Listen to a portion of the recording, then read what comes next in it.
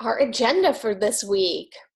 So we're going to be talking about the science of color, additive and subtractive color, color theory, the color wheel, and then we're going to talk about different types of color, some color breakdowns, CMYK, RGB, and Pantone.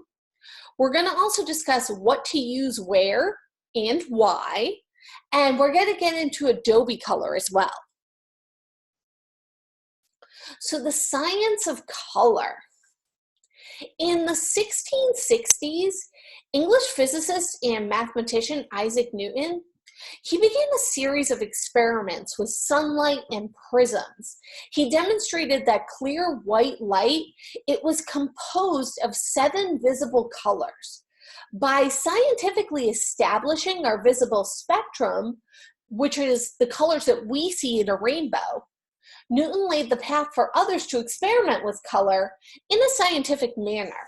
His work led to breakthroughs in optics, physics, chemistry, perception, and the study of color in nature. Newton identified the ROY-GB-IV colors. So you can probably guess that those are the initials for the colors: red, orange, yellow, green, blue, indigo, and violet that make up the visible spectrum. And the visible spectrum is the narrow portion within the electromagnetic spectrum that can be seen by the human eye. Next came Goethe, and he challenged Newton's view on color. He argued that color was not simply a scientific measurement, but a subjective experience perceived differently by each viewer. His contribution was the first systematic study on the physiological effects of color. Goethe's views were widely adopted by artists. And although Goethe is best known for his poetry and prose, he considered theory of colors his most important work. Then we have Leblanc. He was the first to outline a 3-color printing method using primary colors, red, yellow, and blue, to then create those secondary colors of green, purple, and orange. He makes an important distinction between material colors, used by painters, and colored light, which was the focus of Newton's color theories. Leblanc's distinction marks the first documentation of what we now refer to as additive and subtractive color systems.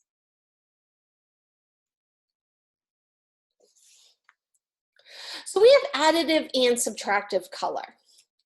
And I'll just kind of go over the bullet points real quick, and then we'll really dive into them. Additive color involves light emitted directly from a source. It mixes various amounts of red, green, and blue light to then produce these colors. When the colors are combined, they produce the additive secondary colors, cyan, magenta, and yellow. When you combine all 3, you get white. The other flip of the coin is subtractive color. That's what is found in photographs, magazines, and objects in nature. It's created by subtracting or absorbing the wavelengths back to the viewer. It involves colorants and reflected light, and it's used in printing presses. Colored inks act as filters and subtract portions of the paper, which allow light to pass through. So let's get back to the additive color system. The additive color system involves light emitted directly from a source before an object reflects the light. The additive reproduction process mixes various amounts of red, green, and blue light, and that produces other colors. And when you combine one of those additive primary colors with another, that's when you get cyan, magenta, and yellow. And if you combine all the 3 primary colors, you get white. This is what's used by television and computer monitors or your cell phone, your tablets. That's how they create color using the primary colors of light. Each pixel on a monitor, it starts out as black. And then when the red, green, and blue phosphors of pixels are illuminated simultaneously, the pixel becomes white. And this phenomenon is called additive color. Have you ever had an old monitor and heard somebody say, "Oh, you have a black spot right there. You must have a dead pixel"? That's because that pixel is not getting illuminated. And when it doesn't get illuminated, it shows as black. So to illustrate additive color, I want you to imagine 3 spotlights. One is red, one is green, and one is blue. And they're focused on the back of an ice arena, on skaters in an ice show. When the blue and green spotlights overlap, you get the color cyan produced, and that would show up on the ice. When the blue and red spotlights overlap, you get the color magenta, that really bright pink, and that would show up on the ice. And then when the red and green spotlights overlap, that's when you would get yellow, which would show up on the ice. When all 3 spotlights are shining in the same spot together, you just get a white light on the ice. So as we mentioned before, television screens and computer monitors, those are those examples of systems that use additive color. There are thousands of red, green, and blue phosphorus dots that make up the images on video monitors. The phosphorus dots emit light when they're activated electronically, and it's their combination of different intensities of red, green, and blue phosphor dots that produce all the colors that we see on a video monitor. Because the dots are so small and close together, we don't see them individually, but we just see them, the colors that are formed by the mixture. And it actually didn't used to be that way. You may have had, grandparents or great-grandparents who had those old television sets, the ones that sat on the floor and they were in the tube with the encasing all around it. They weighed 100 million pounds. And I remember being a kid and getting way too close to the screen. But the closer you got to the screen, you would actually be able to see the different dots that were coming together to make the colors. But as you backed yourself up, your eyes just put it all together and you saw it as one picture.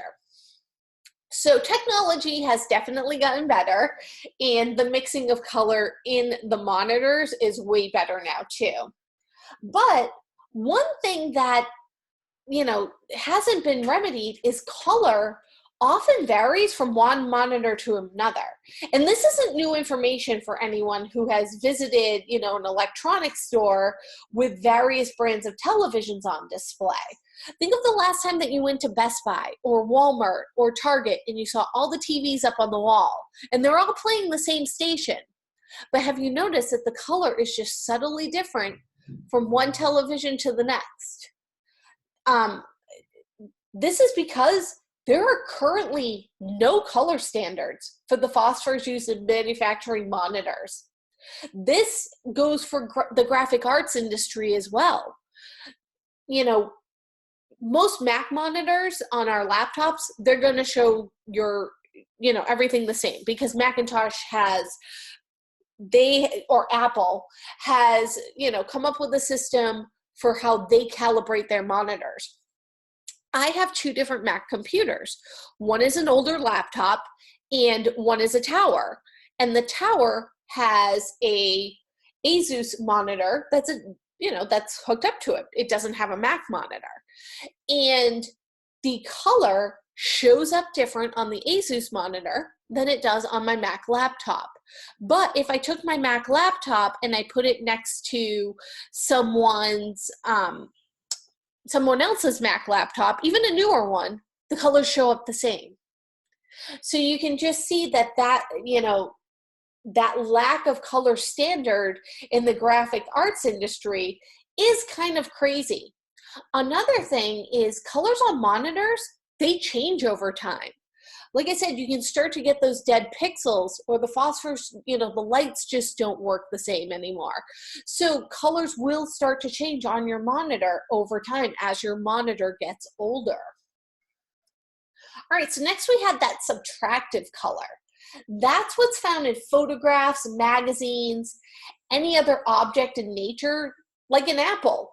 That's what creates color by subtracting or absorbing certain wavelengths of color while reflecting other wavelengths back to the viewer. And this phenomenon is called subtractive color. A red apple, a red delicious apple, you can probably picture that in your mind. That's a good example of subtractive color.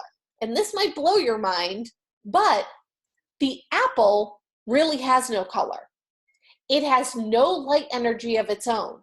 It's merely reflecting the wavelengths of white light that cause us to see red and absorb most of the other wavelengths, which then evokes the sensation of red in our eye.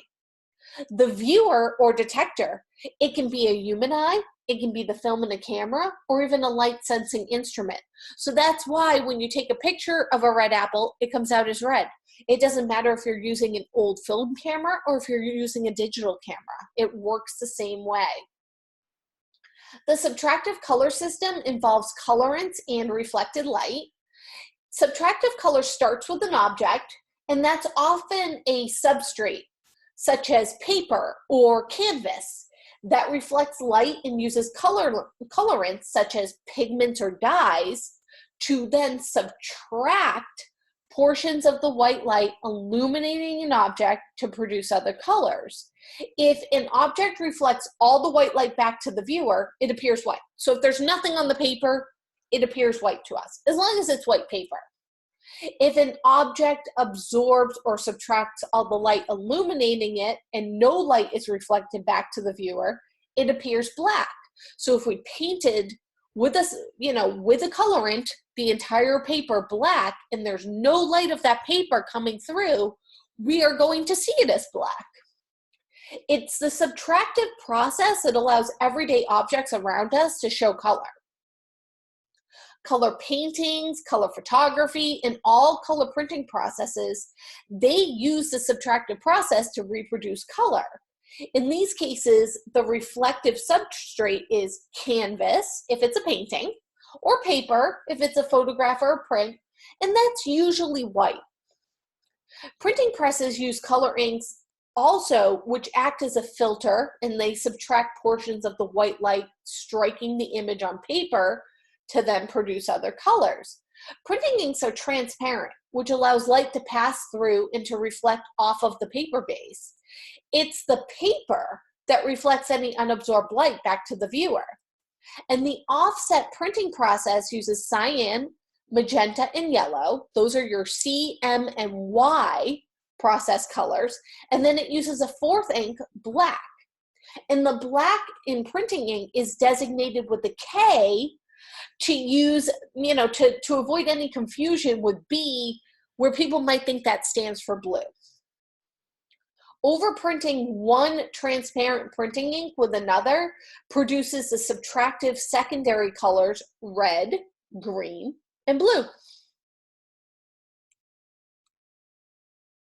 So let's talk a bit about color theory and the color wheel.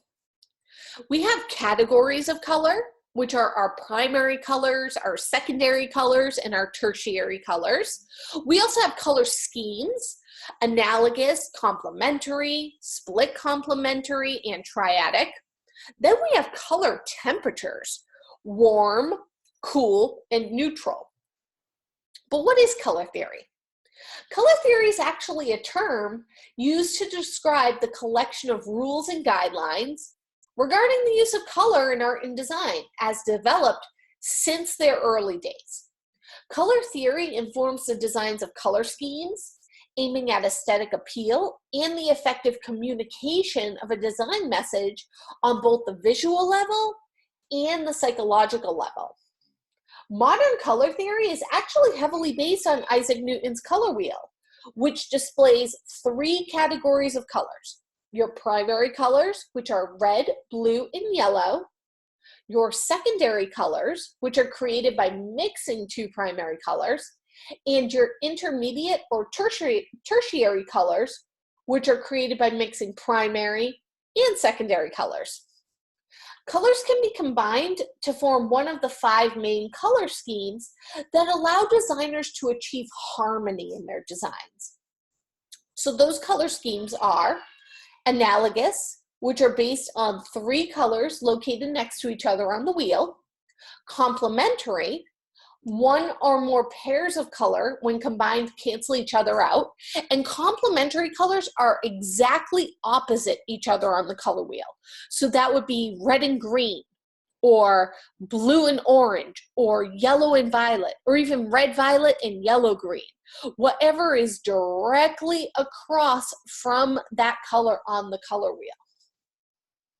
Split complementary is a combination of the analogous and complementary color schemes. But a good way to remember how to set up a split complementary color scheme: start with a complementary, such as red and green. So you would go from green, go across to red, and then what you would do is you would hop one to the left and one to the right. So the split complementary color scheme would be green, red violet, and red orange. Those would be your 3 colors in a split complementary.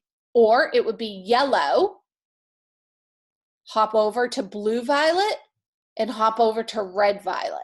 So those would be your 3 colors: yellow, blue violet, and red violet. Or blue, red orange, and yellow orange. It kind of forms the letter Y on the color wheel. Next, we have triadic. Triadic uses 3 colors that are equal distances from each other on the color wheel. So I think the easiest triadic to remember are the Superman colors. That's always the one where I start with, which is red, yellow, and blue.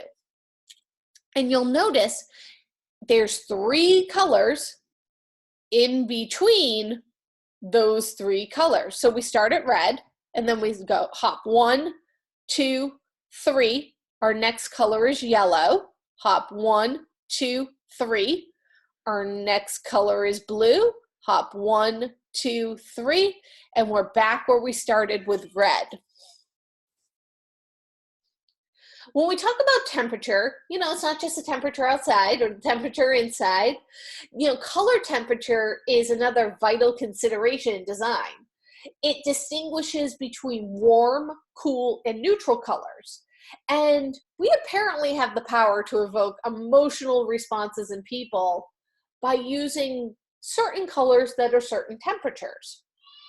Warm colors are those with shades of yellow and red, and cool colors have blue, green, or even purple tint. Our neutral colors, which aren't on the screen, but those would be your browns, your grays, and your black and white. So while these groupings hold true in a general sense, emotional responses to colors can also be heavily affected by gender, experiences, cultural associations, or other personal factors. So consequently, researching the traits and expectations of a target audience is vital for not only fine-tuning the positive impact of color in a design, but also for preventing design failures. So again, the analogous color scheme, those are those colors next to each other on the color wheel. So your yellow, yellow, orange, and orange. And you just kind of go through the color wheel. Yellow, yellow, orange, orange. Or violet, red, red. Or green, green, yellow. Analogous color schemes use colors that are next to each other on the color wheel because they usually match well, and they create a serene and comfortable design. Also, analogous color schemes are often found in nature, and they're harmonious and pleasing to the eye. But you want to make sure you have enough contrast when you're choosing an analogous color scheme. Choose one color that's going to dominate, and then a second color that's going to support it, and maybe a third color along with black, white, or gray that would just be used as an accent color. Then we have our complementary colors. So those are the colors directly across from each other on the color wheel, your reds and greens, your orange and blue, your purple and yellow. They're considered to be complementary colors. They're opposite colors. They also provide a really high contrast, which can create a vibrant look, especially when they're used at full saturation. So this color scheme really needs to be managed well so it's not jarring. Complementary colors are tricky to use in large doses, but they work well when you want something to stand out.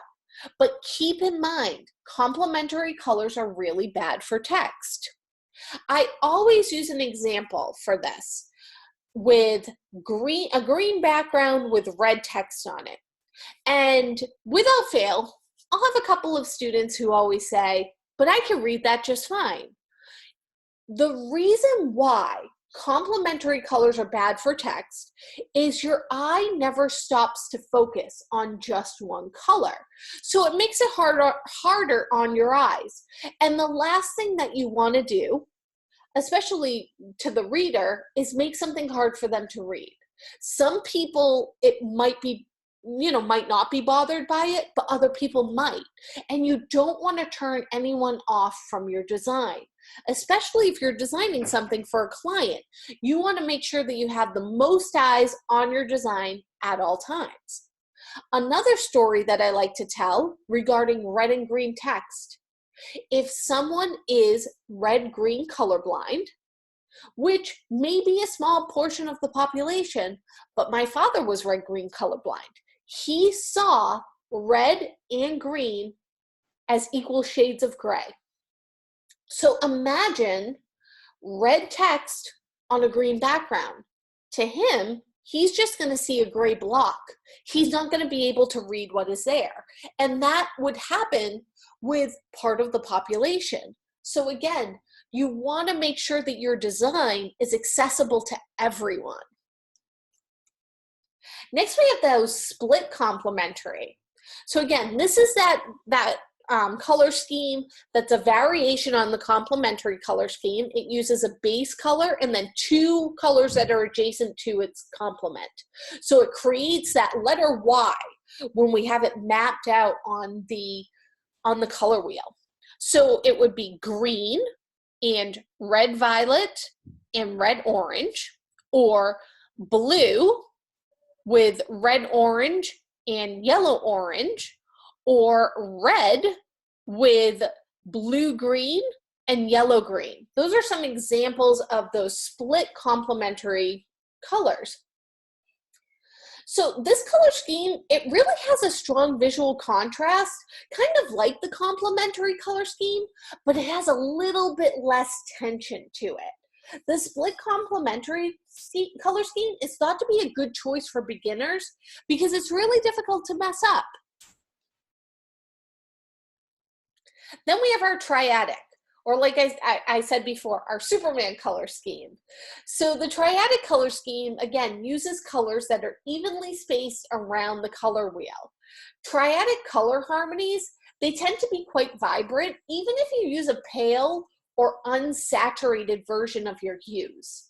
So to use a triadic harmony successfully, your colors should be carefully balanced. You want to let one color dominate and the other two, maybe use them as accent colors. And again, when you're picking out that triadic color scheme, notice that there are 3 colors in between. So if you started with red, you would count off 3 colors, go to yellow, count off 3 colors, go to blue, count off 3 colors, and end up back in red. And you can start at any color. So you could do violet, 1, 2, 3, orange, 1, 2, 3, green, 1, 2, 3, and end up back in violet. All right, here's the big ones when it comes to color: CMYK, RGB, and Pantone colors. You are going to hear this a lot throughout the rest of your career. You're always going to start referring to colors based on how they've been separated. That's how I think of them. So CMYK stands for the 4 inks used in printing: cyan, magenta, yellow, and black. RGB stands for the three colors that are seen on a computer screen: red, green, and blue. And then we have that Pantone color model, or the Pantone matching system, which is spot colors, and they're designed and defined by Pantone, which is a company, and the shades are utilized for practically everything. And Pantone is a baseline for what can be reproduced. And we're going to get more into that in a second. But let's start with CMYK. So remember when we were discussing subtractive and additive colors? CMYK operates by subtracting, so it's a subtractive color system, or soaking up light reflected on a white sheet of paper. Devoid of any ink on the paper, all the lights are mirrored back to the eye, so the paper would appear to be white.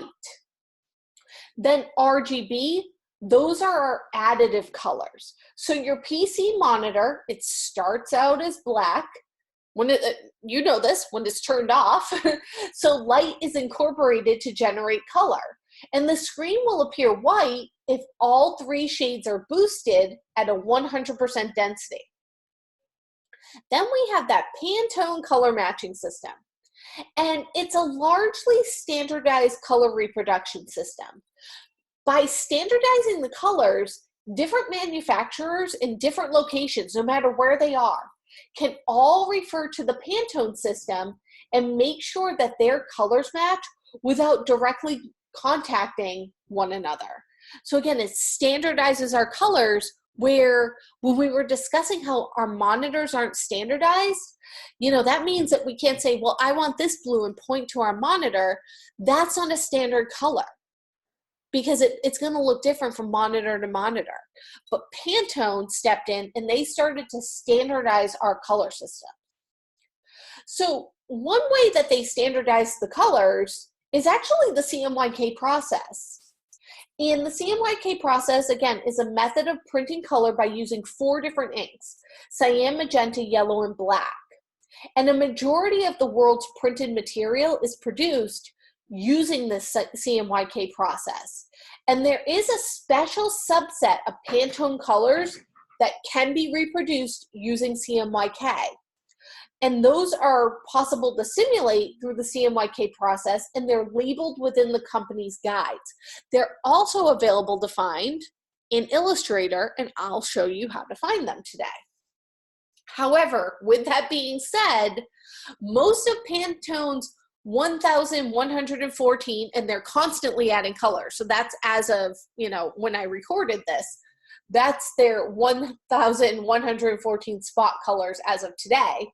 They cannot be simulated with CMYK, but with 13 base pigments, 14 if you include black, mixed in specific amounts. And those 13 base pigments are 13 base Pantone colors. So why would you use Pantone is probably what you're thinking. It seems like a whole thing to use Pantone. But there are reasons why companies, logos, even governments use Pantone, because they can keep things, the same. They know that that color will always be that color. So here's an example. A logo that was commissioned by the government of Singapore to celebrate the 50th anniversary of the nation's independence. The usage instructions for that logo described it as being Pantone 032 and white. So very specific. They could have just said it's red and white, and we would have, they might have ended up with a couple of different variations in red. But nope, they said Pantone Red 032, this exact shade of red. The Pantone system also allows for many special colors to be reproduced, such as metallics and fluorescents. And there is just no way to create a metallic or a fluorescent using CMYK. So while most of that Pantone system is beyond the printed CMYK gamut, it was only in 2001 that Pantone began providing translations of their existing system with screen-based colors, RGB. So, even before then, You know, they might have had some that were CMYK, but they weren't even addressing RGB until around 2001. And Pantone colors are described by their allocated number, and it's typically referred to as PMS 130.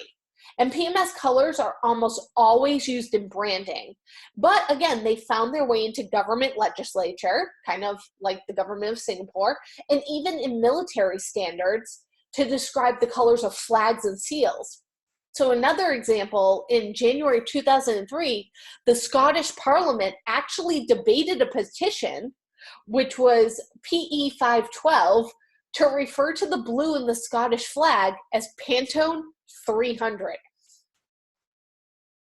So now that we know all of these different things about all of these different colors, where do we use CMYK? Well, anything and everything that will be printed. So that means that if we have an image, we need to convert that image to CMYK. We need to set up our color swatches in Adobe to CMYK. And we need to make sure that we've set up our files correctly as well. Have you ever been told to convert a color to CMYK or to convert an image to CMYK? Probably, and you might not have known why, but that is why, because when it gets to the printer, that's how they need your file. But the good thing is, you know, Adobe does this for you. So let's get into Adobe for a minute, and we can see how Adobe handles these things in each of the different programs. So let's start with Photoshop. I am going to make 2 different documents, and I will make them rather large, I guess, 1,000 pixels by 1,000 pixels. My first document is going to be RGB, because I also want to show you something else. And then my second document, it's going to be the same size, but I'm going to set it up with CMYK.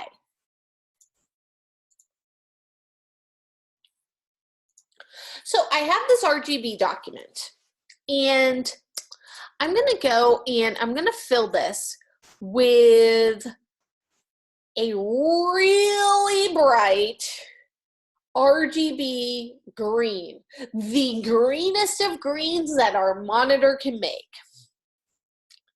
Hit OK, color that box in. Whoa, that is bright. So you might be designing something, and what if you accidentally realize halfway through that you're designing an RGB, but this is going to be a printed piece, and you have this really bright green? Is it going to work in CMYK? Well, let's look. Let's try to fill this with the same color. Wait a minute. That's not the same as this. This is definitely way more muted, right? I mustn't have filled it with the right color. All right, let's eyedrop it. Oh, it changed. All right, because I saw on my other screen that it was 255, 0. Oh, yeah, here it is. Here it is. Let's try to fill. Oh, it won't fill it with that color. Know why? CMYK cannot handle that color green. It's not set up that way. There isn't a color gamut that can handle that bright of a green. So what it does is it tries to, Adobe tries to get it as close as it thinks it can. And if you don't believe me, watch what happens when I turn my RGB file to CMYK, which is something that you would need to do before you sent it to the printer. You would need to convert this RGB file to be a CMYK file. So you go to Image, Mode, CMYK, and it's going to tell you you're about to convert this, and it might not be what you intended. And hit OK. Now they match. That's because CMYK is just, it's mixing inks. It's not mixing light. You're not going to get those vibrant colors through the CMYK model that you might get in RGB or that you might get in Pantone. So that's something that you need to keep in mind. So you really want to make sure before you start designing that you're set up in the correct way, because that's really going to, that's really going to matter to your color palette, what it is that you can do. The same thing happens with red, actually. So let me do a fill. I changed it back to RGB for a minute. I'm going to try to fill it with a new color. So let's make it 255 red. Say okay. Again, an extremely bright red.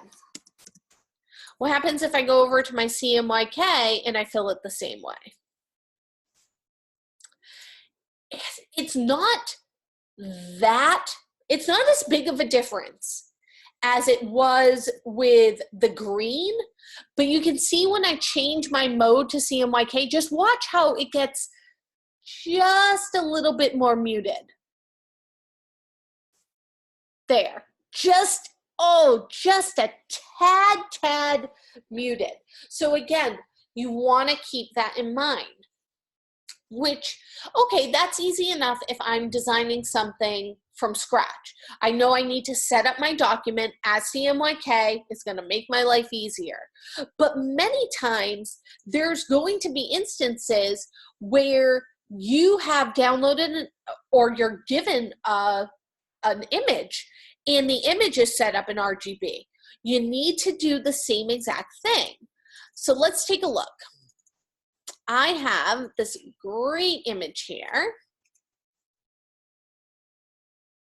Oh, whoops, I already saved that one to CMYK. Let me see if I have the original.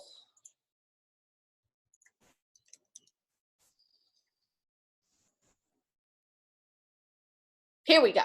Here's my original RGB file that I downloaded. This is a stock image that I got off of pexels.com. And I can see when I downloaded it, it's RGB. And most, if not all, I don't think I have ever downloaded stock art and had it come over at CMYK. It's always saved in RGB, it seems like. So again, I have to do the same exact thing if I want this to be used in print, in a printed piece. I need to adjust this. I need to go to image mode and convert it to CMYK. And every single time I convert something, I'm always going to get this, this pop-up. And that's okay. You can choose to tell it not to show it again, but there we go. And it's not that much of a difference in the photo. Honestly, it got a little subtly more muted, but not by much.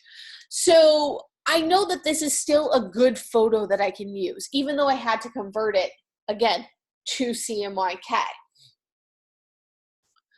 So let's close that out. I'm not going to save it. We'll close these out. You can do the same exact thing in Illustrator. Let's make a new document in Illustrator. Illustrator has a couple more steps for you to kind of change things. So let's make a 4-inch by 4-inch square. I'm actually going to make one. I'll just go to the web option and I'll do 1,000 pixels by 1,000 pixels. And then I know it's set up with RGB. And there are going to be times where maybe you thought something was going to be used on the screen, or maybe you are creating something that's going to be both used on the screen and used in print. So you have to have it both ways. So let's see. I can see my swatches. I can tell just by how bright this green is that there is my RGB green swatch right there. Perfect. But again, I need this, maybe I've created this graphic and now I need it for print as well. So what I need to do first is I need to go up to File, Document Color Mode, and I want to change my entire document color mode to CMYK. And right away, darkens my green. I knew that that was going to happen. One of the things you can try to do is, you can try to maybe, fudge it just a little. See if you can lighten it up. Oh, just a little bit. You might get it close.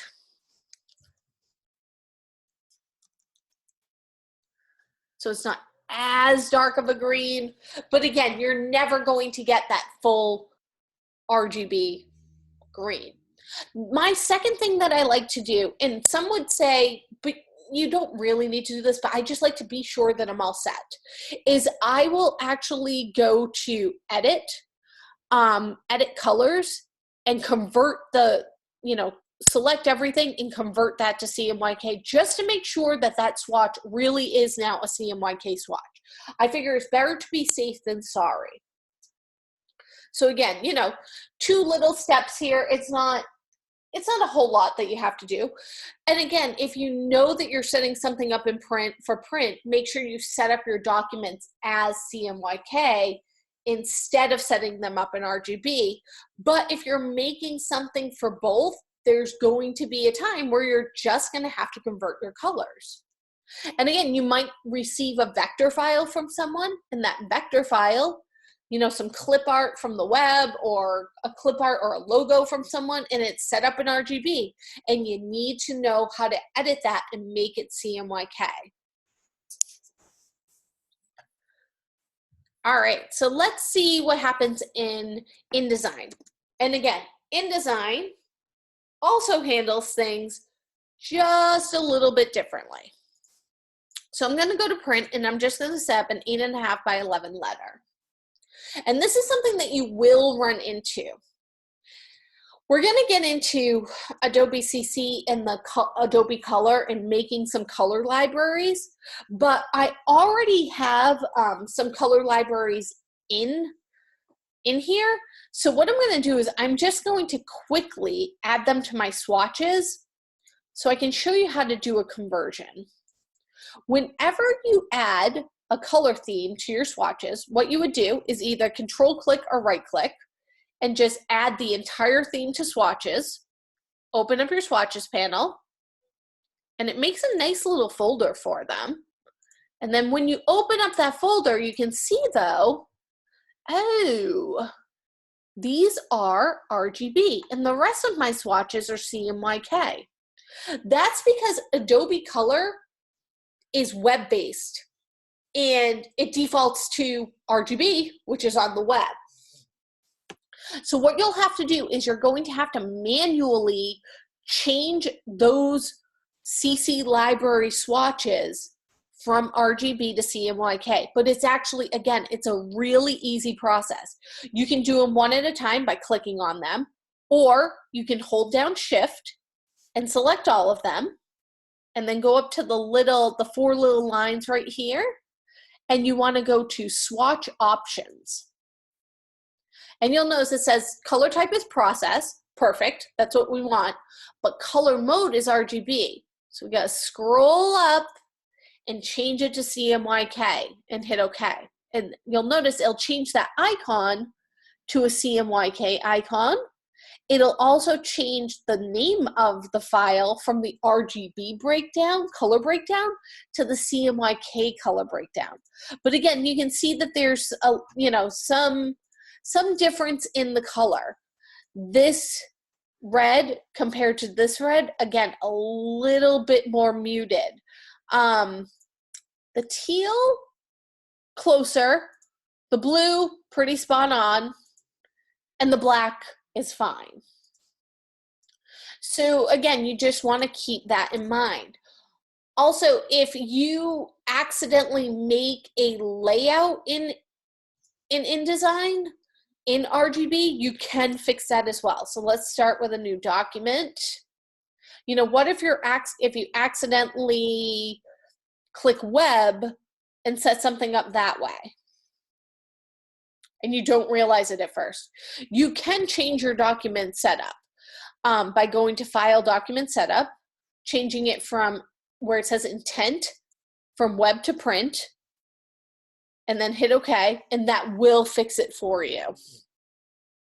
So again, you know, Adobe makes it pretty simple when it comes to changing things so they're set up correctly, the way you need them to be set up. All right, so where to use RGB? Because we just went over all of these instances where we're going to be using CMYK, right? Well, on the web, you know, our screens, and that can be any screen. That can be your computer screen. That can be a website. That can be a cell phone.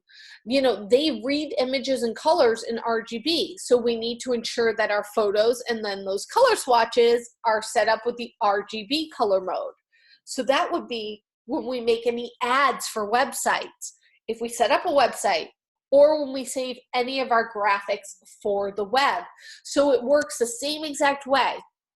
Let me open up that file that I had already saved to CMYK. All right, it's CMYK. Well, guess what? I need it on my website as well. So I'm going to change the mode from CMYK to RGB first. And I'm also going to double check the DPI. We'll get more into DPI in further weeks, but 300 DPI, that's for print. I would also go and change the DPI to 72 DPI, which is for the web, and hit OK. Makes it a little bit smaller, which means it will load faster. So that's how you would do that in Photoshop. Again, if you're in Illustrator,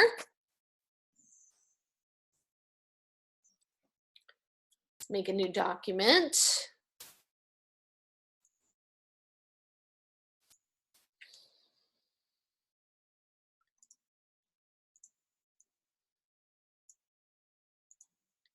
All you would do is go to File, Document Color Mode, change it to RGB, and then again, same thing, Object, edit colors, and convert that to RGB, just to be on the safe side. And then in InDesign, chances are good that you wouldn't really need to do this, but there might be an instance where you need to do it. I just don't think, you know, you're not really, you can design websites in InDesign, just most people don't. So let's say that you have a print document and maybe you need to make a PDF or something and, you know, send that up to the web. So you have, you know, some color swatches or colors in here. What you would do is you would double click on the color swatches you're using. Under color mode, you would change it to RGB for both of them. Or you can go to File and go to Document Setup and change it from print to web. And that should change all of your swatches at the same time. And see, now they're all RGB. So it does it for you. And we'll close that. But again, it's probably more often that you're going to go from RGB to CMYK, I find anyways. All right, now the big one, Pantone. So where do we use Pantone? This is really tricky because there's not one answer to this. Basically, you use Pantone when your client wants to pay for Pantone because Pantone is expensive. So, you know, when might that happen? Maybe on a corporate logo. You know, if you are working for Starbucks as their graphic designer, Starbucks is going to pay for Pantone. If you're working for the Singapore government and they want to have those flags, you know, printed, they're going to pay for Pantone. But also it could be for 1, 2, or 3 color print jobs where they just want spot colors used. So that is when you would use Pantone. And you can actually pick Pantone colors a couple of different ways. So if you just go to Pantone.com and then go to find a Pantone color, it gives you a couple of different ways that you can pick a Pantone color. And they've actually fixed the website in the last couple of months, and finding and converting a color so much easier now, which is great. It used to be that you had this little color or rainbow that you had to kind of drag a slide on to try to pick the color that you wanted, and you couldn't see it, you couldn't make it bigger, and it was really hard to use. But now what they've done is they ask you, which hue do you want? Do you want some reds? Do you want some oranges? Do you want brighter oranges and yellows? Do you want some bright greens? Do you want some aquamarines? Some blues? Some medium blues, some darker purplish blues, some pinks, some brighter reds, or some neutrals, which is great. You can even convert, CMYK, hex, or RGB color spaces and try to find the color that matches, which is awesome. Now, when it comes to finding Pantone swatches and using Pantone swatches, I personally feel that Illustrator is the best program to use for this. And honestly, most times when you're going to be using a Pantone swatch, you're going to be in Illustrator because you're going to be possibly using a logo, and logos we create in Illustrator. So just kind of keep that in mind. Now I'm going to set up a document. It's going to be print. I'm just going to set up 8.5 by 11, or maybe not even that big, maybe a 4 by 4 with 3 artboards. So I can put each of the colors I'm going to use on the 3 artboards. And I'll show you how you can find those Pantone swatches in Illustrator. What we're going to do is we're going to pull up our swatch library, which is this icon right here. And you'll notice I'm in Essentials Classic in Illustrator. So just to make sure that everybody's in, the same view that I am, if your swatches are not open, you can go to Window, Swatches, and open up your swatch library. Easiest way to do it. Then we're going to go to the 3 lines right here. And we want to open up Swatch Library, open up Color Books, and you can see all of the different Pantone color books that are in there. So not every single Pantone color is in the Illustrator library. Sometimes, it hasn't been updated and the newer colors just aren't in there, but there's actually a ton that are in there, which is good. What they do have, and you'll notice that they say coded and uncoded, coded and uncoded, coded, coded, uncoded, coded, solid coded, uncoded. Coded or uncoded has to do with your paper type. So whatever type of paper you are printing on, a coated paper would be like your glossy stock, or an uncoated paper would be something that's more matte. So, if you're not quite sure, I would go with, I guess, coated. It doesn't really matter because kind of the same ones show up. The only one that has only a coated option is the metallics. And again, anything metallic, you're not going to be able to convert it to CMYK, so I wouldn't use it. Let's start with the CMYK coated, and there's a reason I'm starting with this one. Number one is these are the Pantone colors that they have said you can convert them to CMYK and you're not going to see a color difference. So let's test that theory. Let's make one box here in this Pantone, and then I'm going to make a copy of it. If you hold down the Option key, you'll see that you get these two arrows. I use this a lot just to make quick copies in Illustrator. And then as you start to drag, you get that copy, but don't let go. Hold down Shift at the same time, and it'll drag it right on the same plane. Makes it a little bit easier to do stuff in Illustrator. All right, so I have two of the same exact colors here. You know, they're both colored exactly the same. I use the same swatch, but I'm going to convert just this swatch to CMYK, and I want to see if there's a lot of color difference between them when I do this conversion. So I'm going to go up to Edit. I'm going to go to Edit Colors, and I'm going to click Convert to CMYK. And you'll notice that nothing happened, but you might be confused, like, how do I tell if something happened? Open up your swatch library, and you can see right here, this is that Pantone color. The way you can tell is there's this little tick right here, this little triangle at the bottom right-hand corner of the box. This is the CMYK color I just created. Does not have the tick at the bottom of the box. That's how I can tell that I've converted it to CMYK. All right, so that one seems to work. I'm gonna make a copy of these two colors.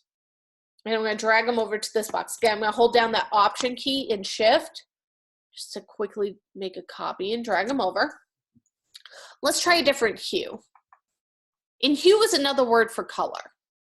Let's try this orange, or both of them.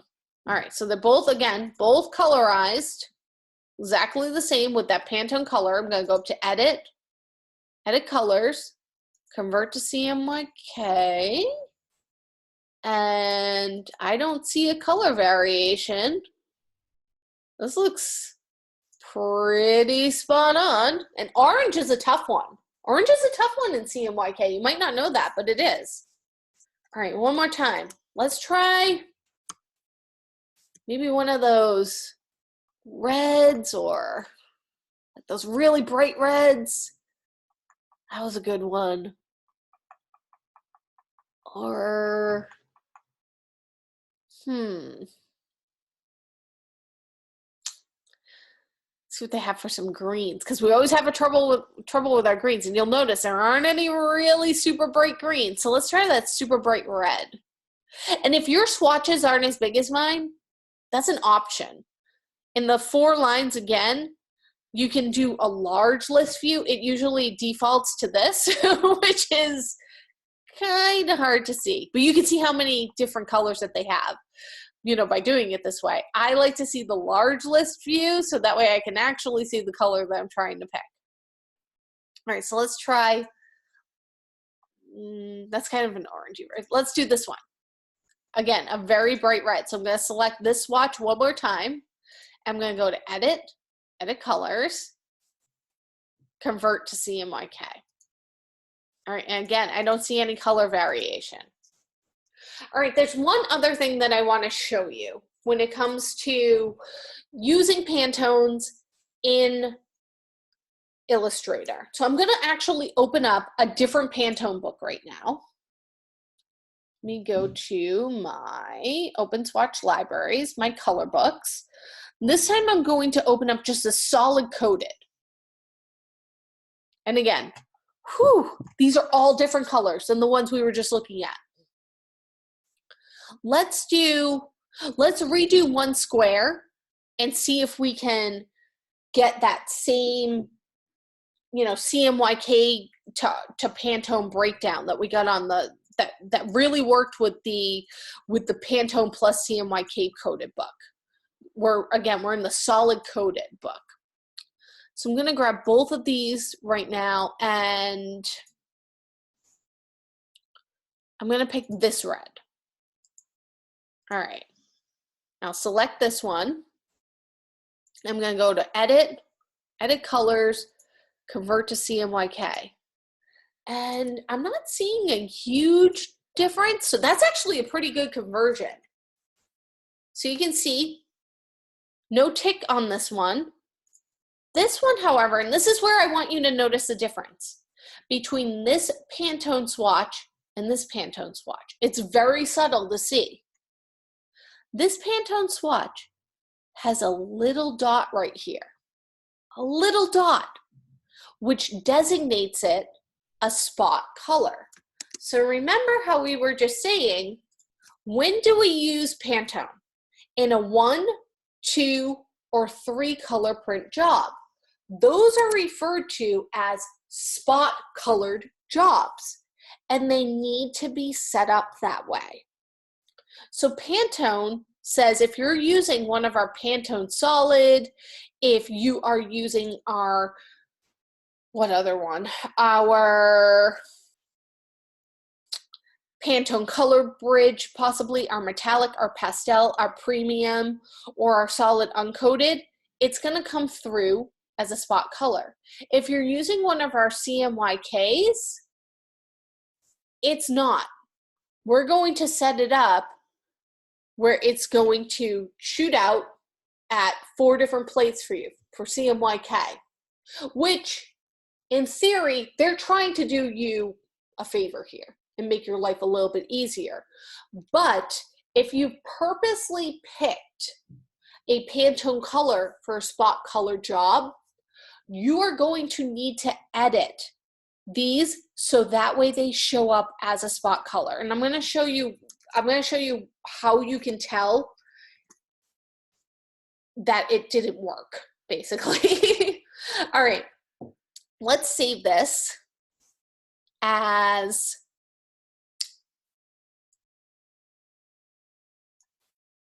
go into week 1. I'm just going to save this as color demo, Pantone. I'll put it in my art folder.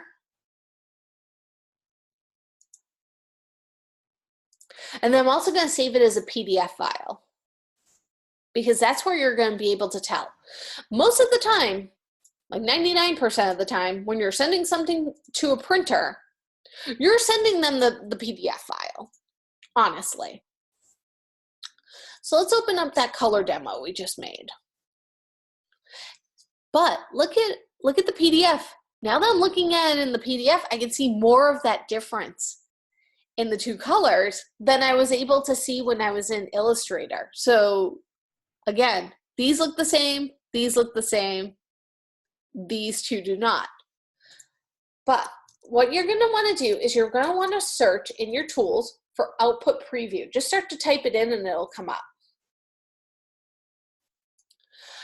Anywhere or any jobs that you're working on that ask for a spot color, it needs to show up as a spot plate for the printer. So where I can turn this off, that's that spot plate that the printer needs right there. But the problem with the CMYK Pantone colors, they have converted to CMYK for the printer, which again, normally you would need, except in those instances where it's specifically for a 1, 2, or 3 spot color job. So what do we do about that? Especially if our client wants these colors, right? It's very easy. We're going to click on the color in our swatches, open that up, just like we did in those other programs, especially InDesign. And we're just going to change the color mode, the color type from process color to spot color, and hit OK. And see, it adds that dot there that we need. So we'll go down to this one, click on it here, double click, change it from process to spot, hit OK, and we'll save this.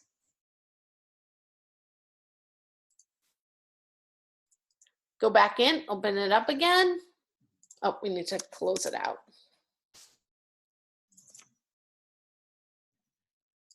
Pull up our output preview. And here, now we have the 3 plates that we need. So I can turn off my process plates and I can see, here's my first Pantone plate. I fixed it in my file. So now I have my second Pantone. There's the Pantone color that we need. It's even labeled with the correct designation, the correct number for my printer, and my third one that I need. So I've now set up my file correctly for my printer. He or she has the 3 plates that they need, and it's ready to go, which is perfect. And always make sure that you save your native file, so your AI file. If you make some changes and you save the PDF again, save it back to your AI file so you have it in both places. So that's how you would set that up. And again, most of them come through as spot colors. It's really just the CMYK ones that do not. And you can see it a little bit better once I made the list view larger here. You can see that it doesn't have the dot there, which is a spot color. So a dot for spot. Close that out.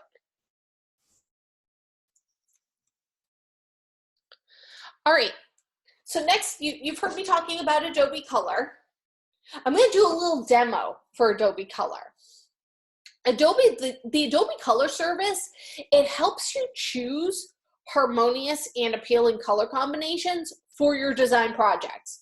So Adobe Color integrates right into the Adobe Creative Suite, and your color palettes will save and they'll populate through the libraries in the applications.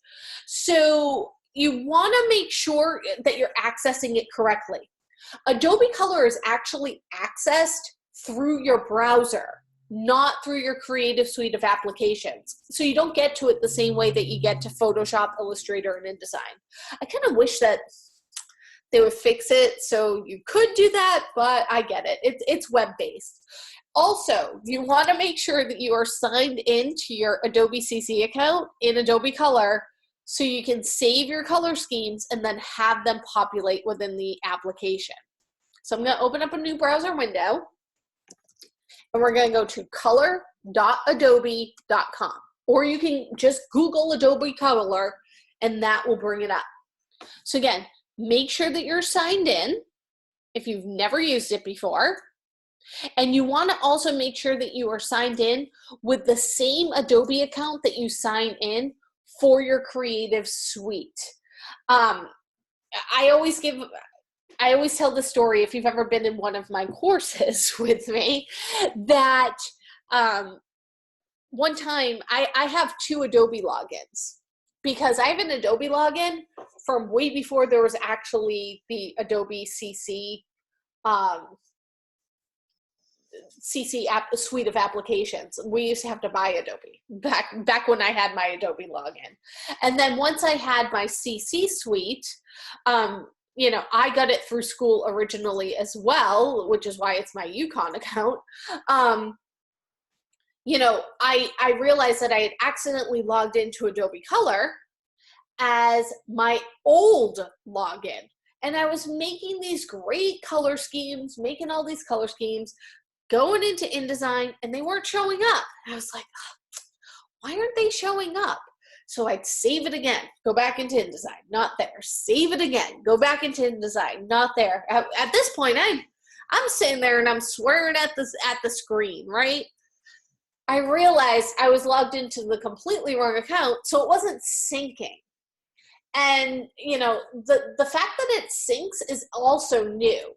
It used to be, when Adobe Color was actually called Adobe Culer, like they thought they were being clever, I guess, and spelling color a weird way.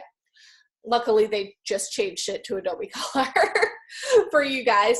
You used to make a color scheme, and then you would have to download the color scheme, bring the color scheme into the libraries folder that was hidden deep in your system folder, put it there, and then load the library manually into Adobe InDesign, which sounds like a whole lot of work, and it kind of was, but it was so much easier than going in and setting up, you know, just 6 or 7 or 8 or 10 or 100 different colors.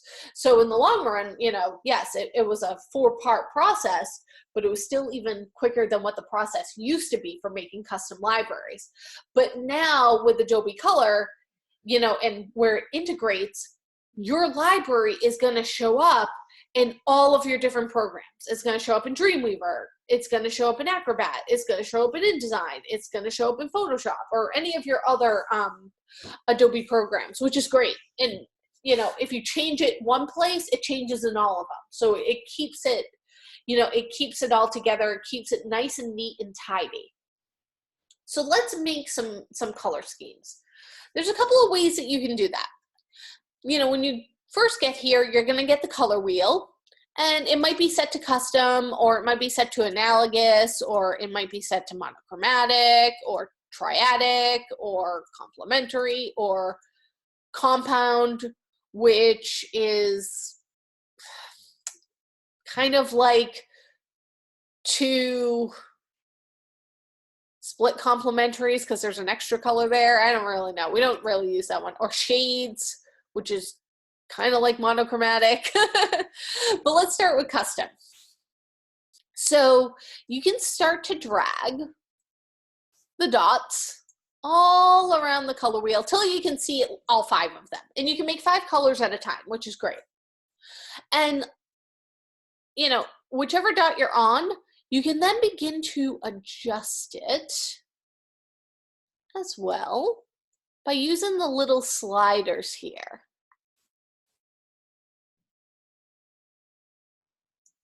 Like this adds, you know, white or black to add some, you know, tints and shades to your color. And then once you like that color, just kind of leave it and hop on over to the next square.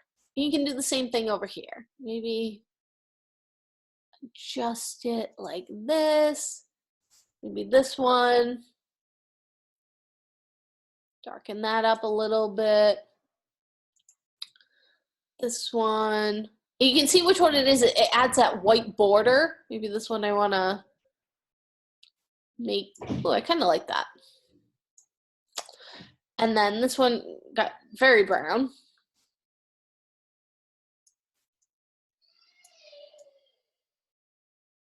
A brighter orange. All right, so once you get to the color theme that you like and you're like, oh, you know, I think this is good. I like this color scheme. I don't really know what I personally would use something with these 5 colors together, but you know, it's good enough for a demo, right? Here's where things get a little weird. I'm not gonna lie. And you know what, they might change this by the time you're viewing this video, but as of the time of recording this video, things have gotten a little bit weird. They changed some of the buttons. It used to be if you hit Save Color Theme, it would pop up a dialog box and it would ask you what you want to save your color theme as and where you want to save it. And it would give you the option to put your color theme in a library you've already created or create a new library, which were great options to have. Now, in order to get those options, you have to actually click on the little ellipsis right here, the 3 dots. And once you do that, it gives you the options of where you want to save things. So just keep that in mind, because I've accidentally in the past hit Save Color Theme and it doesn't tell me where it went. I'll show you that after how that happens. But it's really annoying. I'm not gonna lie, it's really annoying. But if you accidentally do it, I'll also show you how you can fix it and make everything right in the world. So I'm just gonna call this Random Color Theme. You can name it whatever you want. And again, if you already have a folder created for your course, pop it in that. If you don't, go all the way down and create a new library. So I'm going to create a new library, and I'm just going to name this library DES 114 Week 1 Demo, and I'll hit Save. And it adds some tags for me.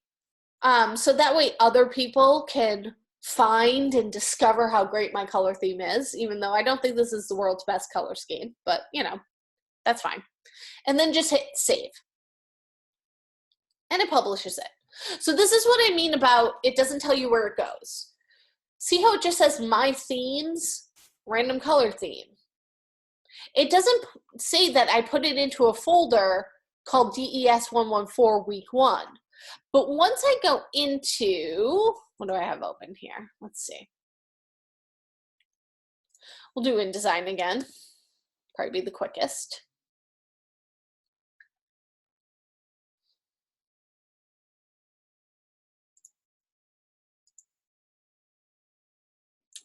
Once I have an InDesign document open, I can open up my CC libraries, which are located under Window, CC libraries, in case if you already don't have them open, and then go to that drop down, and I can go to DES 114 week 1 demo, and there's my color scheme right there.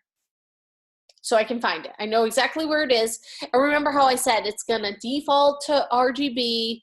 So if I click on any color in my color scheme in my library, let's say to colorize something, it's going to add that RGB swatch to my swatches. So you need to be aware that that happens every single time you click.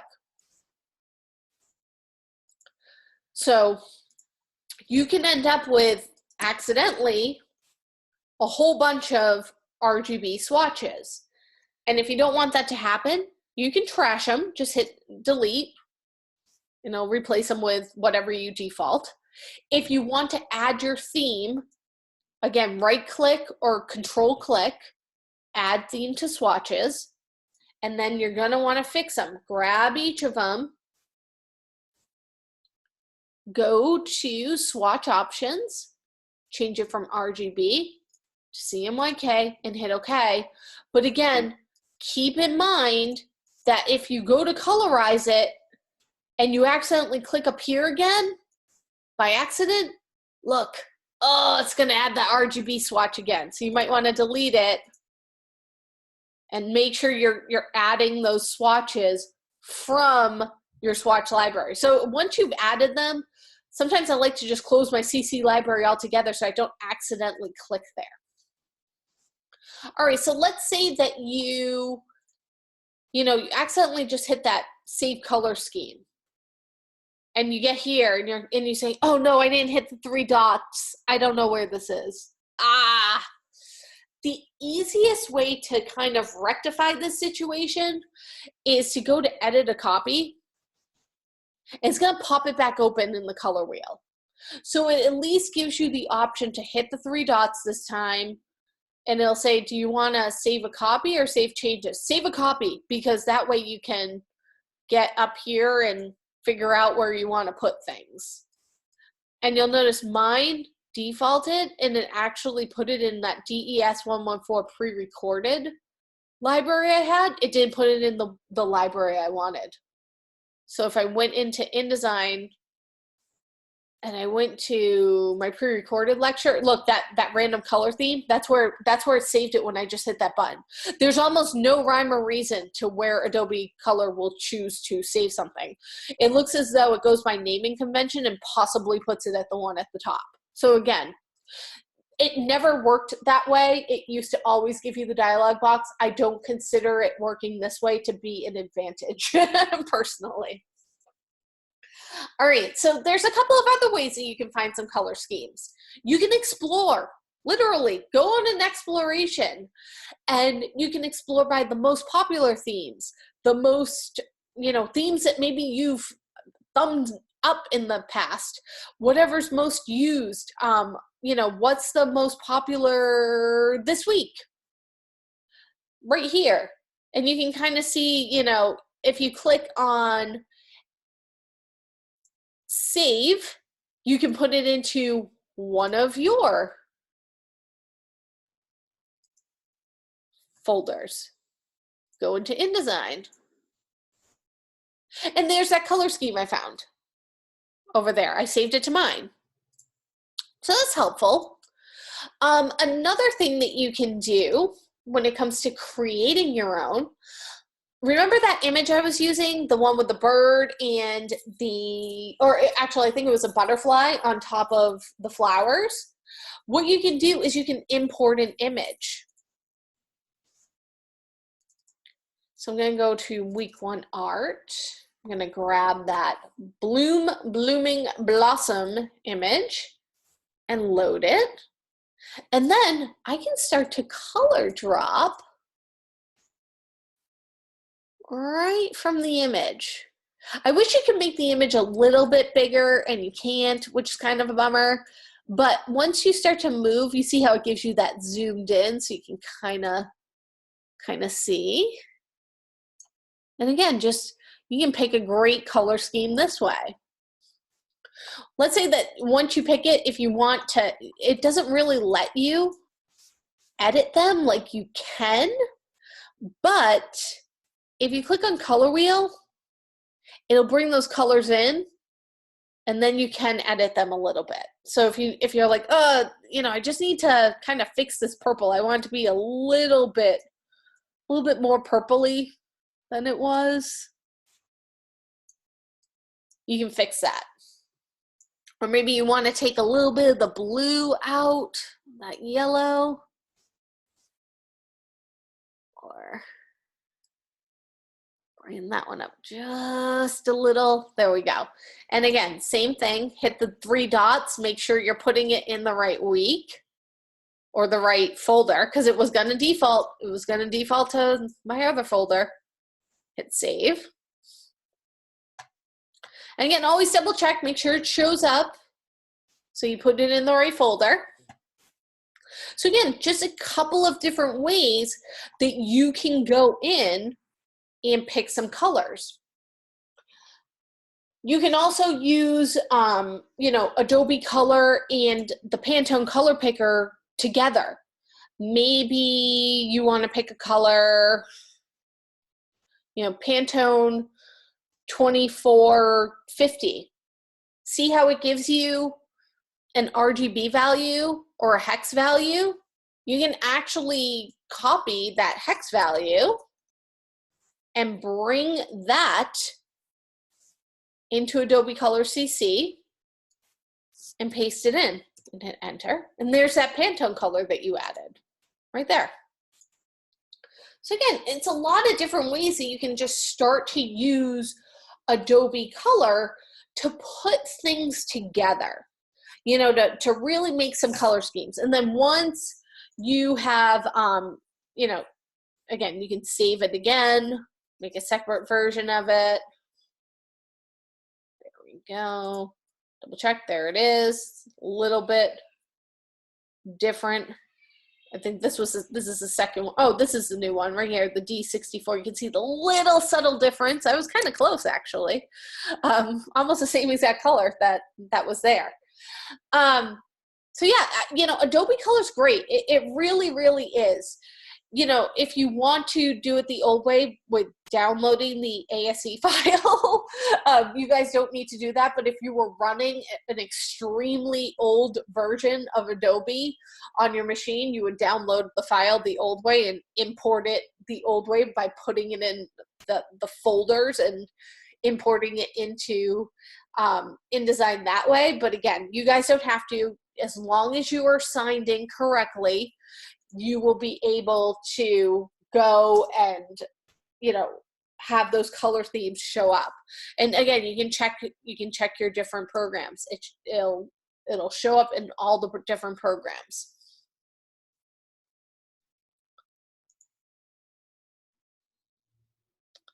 It might be named a little bit differently. In InDesign it's called CC libraries. In Illustrator, it's called just libraries. Another one of those things where that kind of annoys me that, Adobe doesn't have the naming conventions the same from program to program, but here we go. Here's my 4 themes that I made. And then even in Photoshop, it's also called libraries in Photoshop. So window libraries, if it's not already open. And there they are. Right in there. So again, just makes it that much easier. All right, let's take a quick look before we end today at our week 1 assessment, because there's a couple of things that I want to show you in Adobe Color, which is what you're going to be using to do your assessment, that don't work exactly how they should, and you need to be aware of it. All right, so for your assessment for this week, you're going to design an abstract image, kind of like this. Shapes, no discernible pictures in it, just a whole bunch of shapes. Make it fun on the screen. And we're going to colorize it in a couple of different ways. So let's go over the background. Color can make or break a composition. Up until now, it may have been difficult to discern why some color combinations seem to work and others seem to clash. Putting your new knowledge of color relationships to use in your composition will create successful balance and harmony in an instant. The 3 color schemes that this assessment will investigate are analogous, complementary, and monochromatic. So monochromatic was not one of the ones we really went over in detail today, but we're going to go over it now. Analogous color schemes are adjacent or next to each other on the color wheel. So example, yellow, orange, and red, those are analogous colors. Complementary colors are across from each other on the color wheel. Red and green are complementary colors. And instead of being harmonious in nature, complementary colors, again, they tend to vibrate when they're side by side. They have a lot of contrast. Monochromatic colors, however, are slightly different. Instead of going to 2 different colors on the color wheel, they stay at 1 color, and they vary the shades by adding black, which is a tint, or vary the shades by adding black, or tinting it by adding white. So knowing how to use those 3 color combinations and making them work will help you create the effect that you're after in a design. It's vitally important to create color libraries to work from within the Adobe products. This ensures that your colors will be exactly the same from one application to the next instead of just similar. So that's why we did that whole demo and I showed you. All right, so let me show you monochromatic real quick. I'm just going to actually manually make a monochromatic color scheme. We'll do 1, 2, 3, 4, 5. And I'm going to start off with maybe this purple. Make them all this purple. We'll just zoom in right here on this artboard. Close this up. And I'll close this up. And I'm even going to close that up. And I want to open up my color palette. And you can see, all right, they're all the same color. And I need to start by adding, I'm going to add shades of white and I'm going to add black to the color. So they're going to get darker as they go to the left, lighter as they go to the right. I'm going to start with this one in the middle. That's why I did 5. So I have 2 on each side. So the quickest way to do that is to actually double click on the color. And let's look.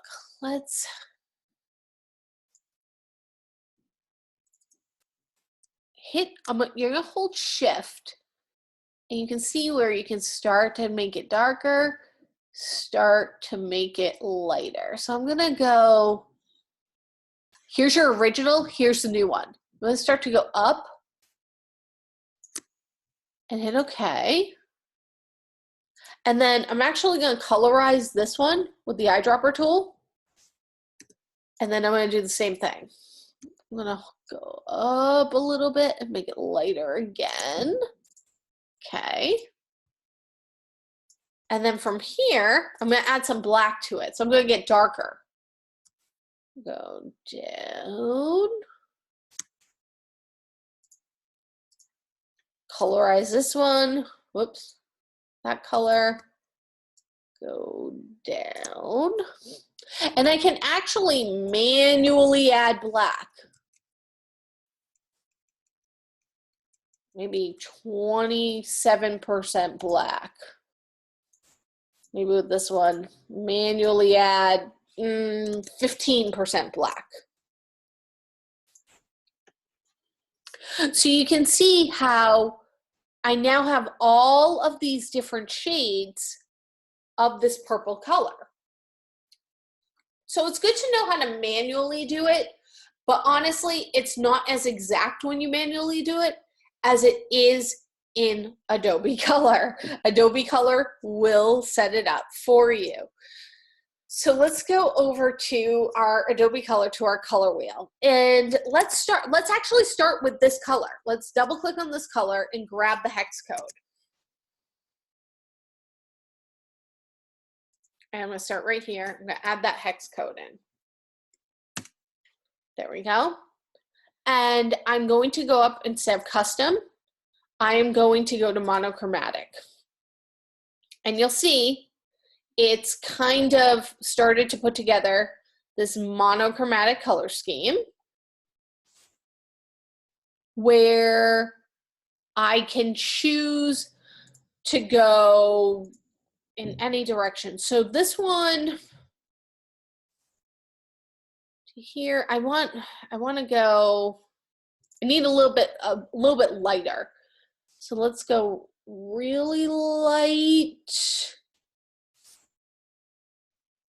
Not as light. This one's already kind of light. Might need to go to the lightest right here. Or actually, we'll start with it. This would be the lightest.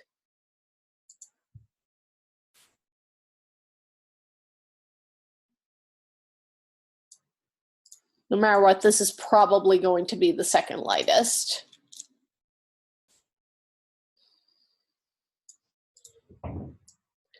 And then again, a little bit darker. And you'll notice how it just kind of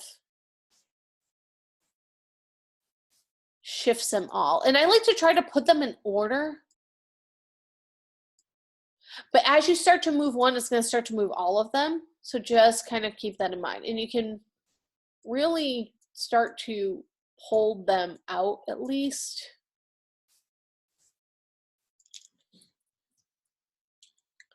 And if you ever need to, just copy that hex code back in.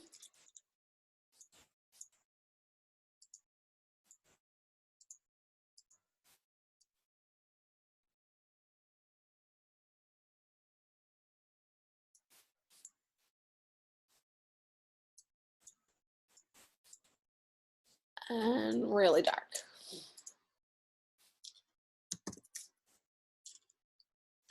All right, so I've got my monochromatic color scheme. It's a little bit different than the one I made, but that's okay. And I'm gonna save it.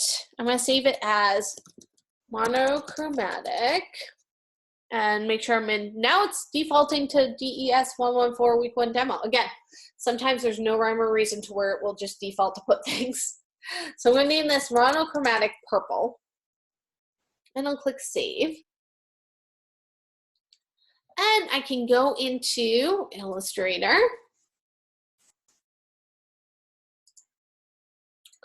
Go to my CC libraries. And here's my monochromatic purple. So I can go through and start to colorize each of these. And this is a good monochromatic color scheme. It works. So the monochromatic and the analogous in Adobe Color probably work the best. Let's make an analogous one. Let's go up to Adobe Color and let's change it to analogous. And here's the problem though. These are all shades of purple. We're not really going across the spectrum. I need to pull this out a little bit. Also, your analogous should stay within either the warms or the cools. So you don't want to go from, you know, red to blue. You got to be aware that, you know, Adobe Color is good, but it's not perfect. Things aren't perfect the way that they are going to set things up. So just kind of keep that in mind. You know, maybe yellow, a little more of an orange, a little bit more of an orange red, to a pink. This pink doesn't really go. I want to bring that back into the red spectrum a little bit. So this feels more harmonious. We've got our yellow orange, orange, red orange, and even this is a little bit off, and a red. So this is a good analogous color scheme. So again, I'm going to click on the dots. I'm going to save this as analogous.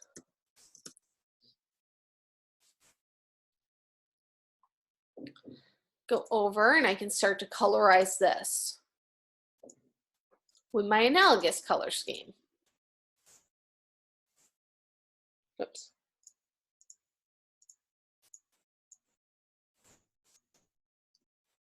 There we go. Next, I need a complementary. This is randomly enough one of the easiest ones that you make. They're right across from each other on the color wheel. Without fail, Adobe Color is going to get complementary incorrect. Let's change it to complementary. It has green and orange. This is a green. We know that the complementary to orange is blue. What if I try to do red and, all right, I can manually drag red and green, but let's say that I just started off with this color red. And I'm just going to drag these around for a second. So this color red. And if I went to, or maybe even this color red, complementary, it worked that time because I said it wasn't going to. But you'll see what, if I picked a very bright green, it's going to tell me that the complementary of it is purple. And we know that a very bright green, the complementary of it, is going to be a very bright red. It's not going to be a very bright purple. The complementary to purple is yellow. So you're going to have to, you can kind of have it set up by clicking complementary, but you're going to have to hit custom and manually drag these where they want to go. So if you want purple for sure, you need to change your greens and bring them over to yellow. And you're going to have to manually do that.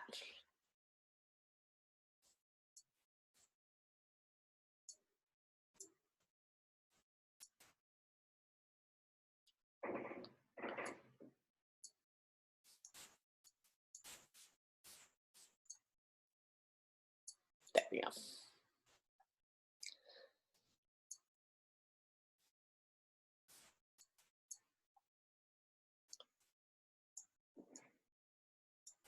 All right. And save that. I'm going to save it as complementary. And it's because it's a computer. It's a computer system. You know, it's just saying send those dots across, and their color wheel is not exact. So again, you know, you got to watch for how Adobe Color puts it together, because I always see complementary color schemes that come through directly from Adobe Color where purple is matched with green, and we know that purple and green are not complements of each other. So double check what it is that Adobe Color is doing.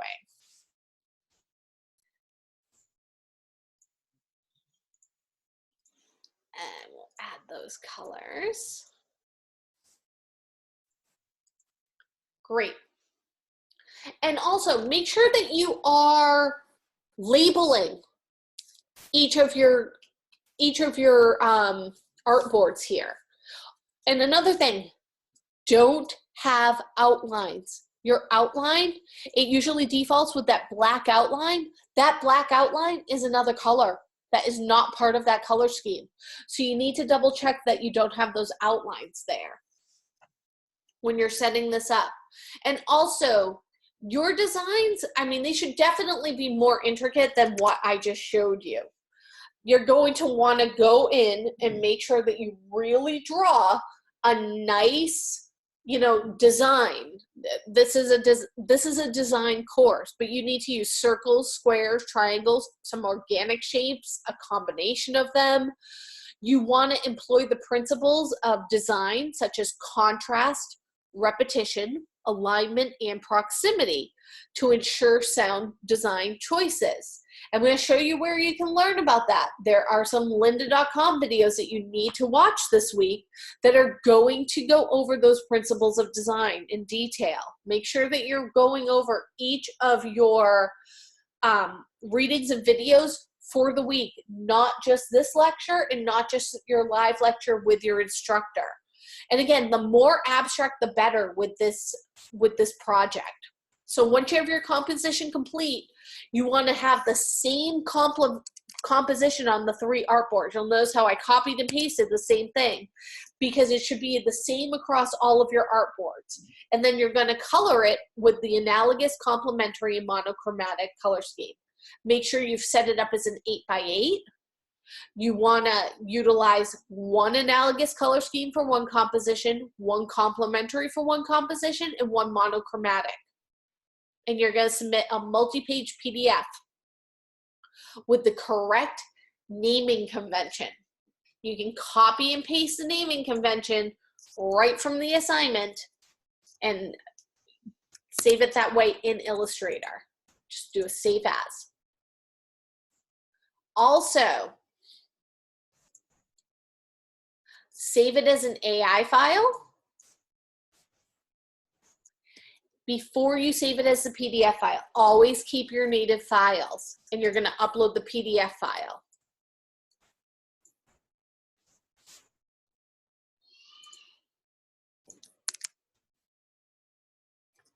So let's go over into the home page and we can see where those readings and videos are. Week 1, you have your required lecture, which is this lecture, and you have a couple of articles that you need to read.